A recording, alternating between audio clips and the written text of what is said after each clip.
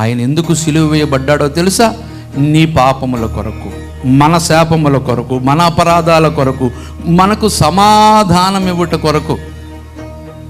మనము నశించి నరకానికి పోతూ ఉండగా ఆ నరక శిక్షని తప్పించి మనల్ని మోక్షానికి చేర్చటానికి, మనకు ఈ భూమి మీద సమాధానకరమైన జీవితాన్ని ఇవ్వటానికి. హల్లెలూయా.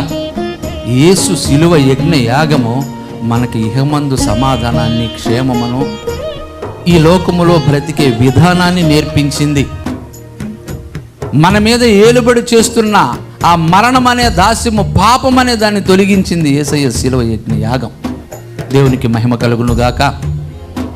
ఈరోజు మనమందరూ యేసుక్రీస్తునందు విశ్వాసం ఉంచి మారు మనసు పొంది బాప్తీసం పొంది పాపాలు కడిగి వేసుకున్నాం కదా. పాపములు కడిగి వేసుకుని సంఘములో చేర్చబడ్డాం.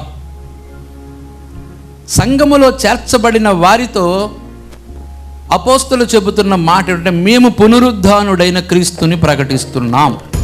హల్లెలూయా. ఏమిటంట ఆయన పునరుద్ధానుడు అయితే మనకి ఒరిగినదేమిటి, మనకు కలిగినదేమిటి? ఒకవేళ యేసు ప్రభువే గనుక పునరుద్ధానుడు కాకుండా చనిపోయి అలాగే ఉంటే ఇంకా మన పాపములు మన మీద అలాగే ఉంటాయట.